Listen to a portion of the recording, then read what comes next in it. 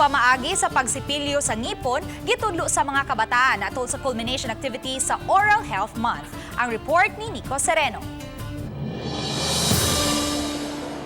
Sa demonstration, gipakita ni mga dentist sa Mandaue ang hustong pamaagi sa pag-toothbrush. Mga gagmayng bata ang gipakitaan ni ini aron mas makakaton sila sa saktong pamaagi pag-atiman sa ilang mga ngipon. Happy birthday!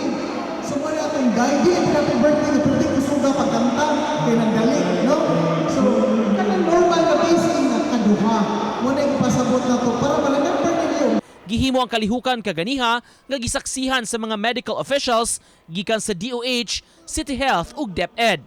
Agi kini og pagtakop sa National Oral Health Month nga nag-advocate sa katawhan sa husto nga dental care.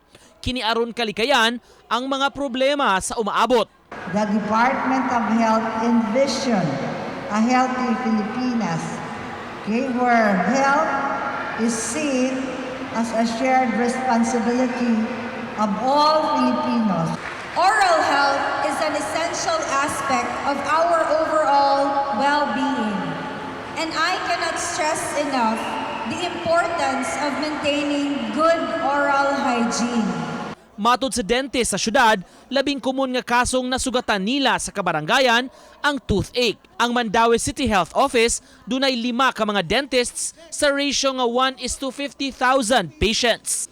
Tambag nila sa mga tao, dili ibaliwala ang oral health care ug mobisita gyud sa mga dentista, mapubliko man o pribado. The food that we take, of course, it needs a tooth, no?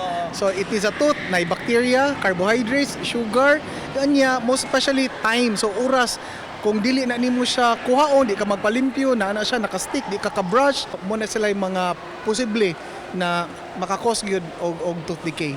Uban ni Edward Tubilan, Nico Sereno, Balitang Bisdak.